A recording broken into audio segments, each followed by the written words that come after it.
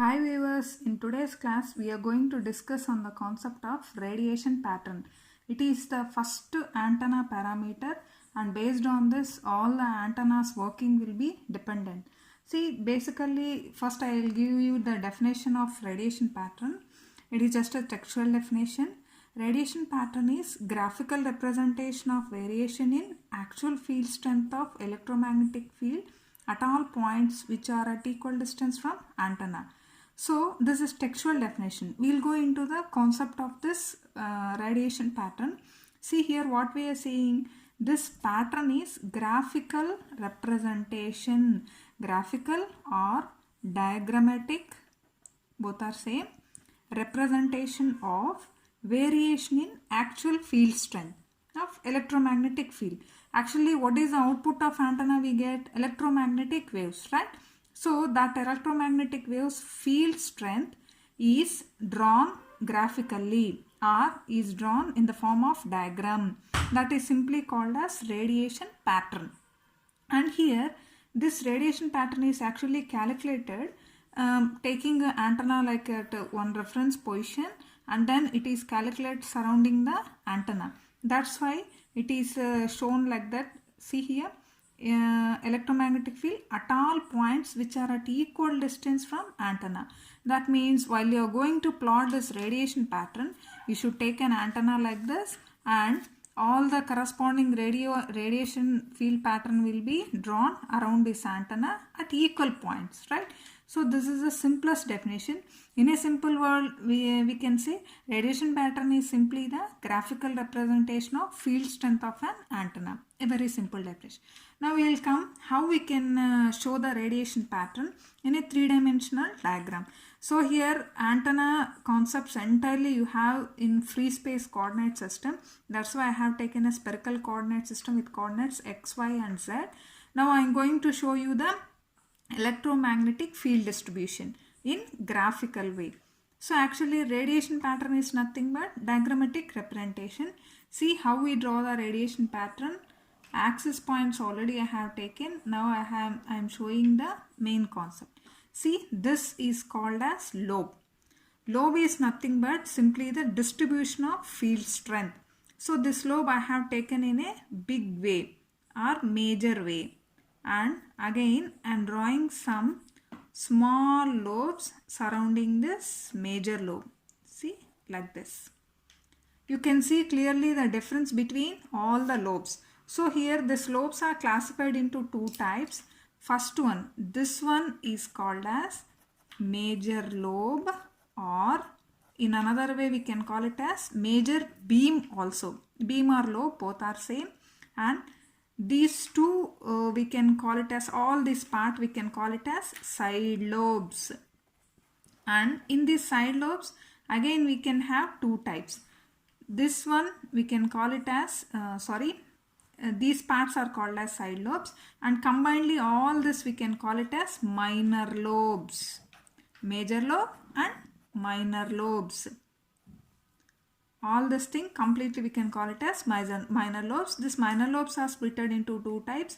Which are beside the major lobe are called as side lobes, and exactly opposite or back of this major lobe are called as back lobes.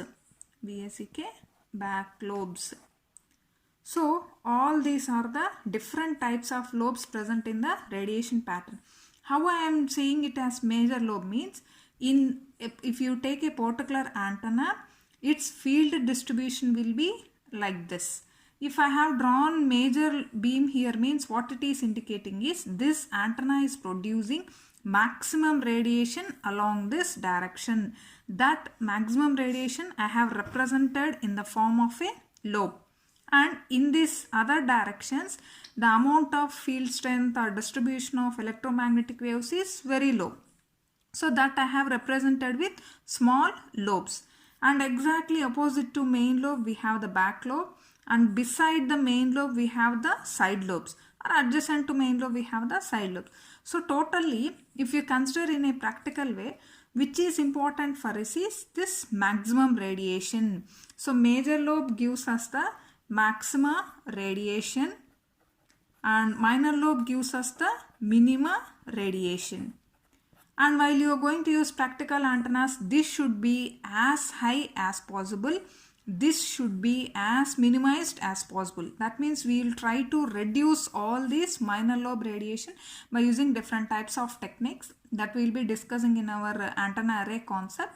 Now, after having this lobes concept, next extension to this, what we have to do is, see clearly what I am going to do. Exactly between these two lobes, I have taken a line, right? And on this side also I am going to take a line like this. Now you can look here, we have drawn two nulls. These are called as nulls. Nulls means simply no radiation or zero radiation. So in between these nulls, the main lobe will be present. Always keep in mind that this null should be present between main lobe and first minima. Main lobe and first minima. So these are called as nulls. Now using this nulls, what I am going to do is, I am going to take one more thing from this, that is half power beam width. See here, half power beam width. This is drawn exactly at 3 dB line. In another way we can say where power has fallen to half of its maximum value, or graphically you can say at exactly at 0.707 level. Okay, in any way we can mention. So I have drawn this half power beam width in between these two nulls. And here this half power beam width point is marked like this, and this line we call it as full null beam width. Full null beam width. This is full null beam width and this is half power beam width, right? So half power beam width means where power has fallen to half of its maximum value, and the same thing if you take between the nulls, it is called as full null beam width, right?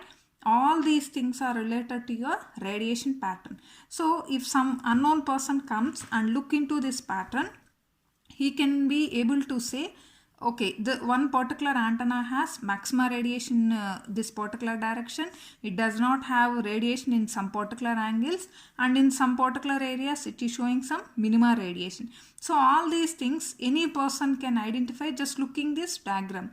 So this such type of graphical representation only we call it as radiation pattern. Actually practically all the antenna concept is three-dimensional, but is it possible to draw a three-dimensional diagram? It is very difficult, right? So that's why practically we are taking the help of 2D diagrams. But really your antenna radiation pattern takes this form. This is example of a half-wave dipole antenna. You can see here very clearly. See from that antenna how the pattern is coming out. Really this is the way how the electromagnetic waves are developed on both sides. But this type of patterns we cannot draw easily. That's why we will be preferring the two-dimensional pattern. So from this antenna the radio waves will be coming out like this, and these travel in the free space and reach the receiving antenna. And basically these radiation patterns are classified into different types. I am just showing you some example. See the most prominently you will be listening about this omnidirectional pattern. See the difference in the diagrams. And second one is hemispherical pattern. Third one is isotropic. So actually what is the meaning of omni? Omni means in all directions. So what is this diagram showing is, here the power is radiated equally in all directions but across one plane only. Any one plane, either E plane or H plane, right? Here if you go for the case of isotropic pattern, how is the shape? Just like your globe, right? So if you take a globe, it will be equal in all directions. As usual, always this isotropic pattern produces equal power everywhere. Practically these type of pattern will not exist, but for reference purpose we will use this one. You just make half of this, you get a hemispherical pattern. Along with these patterns, practically these out of these three patterns we will be having nearly this one, but real practical antennas will be having directional pattern that I am going to show you now here. So your directional antenna patterns will be like this. most of the cases we will get the patterns like this, or otherwise we will be getting patterns like this. These are the practical antenna patterns. So these type of patterns we call it as a directional pattern. Directional means pointedly in one particular direction we can get maxima. Pointedly in two particular direction you get maxima. But can we point out in these diagrams like that? No, we cannot say where is maxima, where is minima. We cannot identify. So such type of patterns are not practical, but this directional antenna concept is very important. To understand this, we will take this as reference. So directional antenna pattern, for getting these type of patterns, the antennas are designed very carefully such that for example, how we get isotropic means, if I place an antenna like this, around this in all points you have equal radiation, that is isotropic. If I design antenna such that from this antenna the output is particularly only in this direction, that is simply directional antenna. So our main motto is to bring out these type of directional antennas. Why? Because it is just application oriented. Most of our applications we need to have our radiation pattern in only one direction. That's why we'll concentrate on these type of concepts. Okay, so these are the basics of your radiation pattern. Still more things we need to discuss on the continuation of this one. So simple way, radiation pattern means simply a graphical or diagrammatic representation of your electromagnetic field strength that can be calculated equally from an antenna. Okay, thanks for watching this video. Thank you.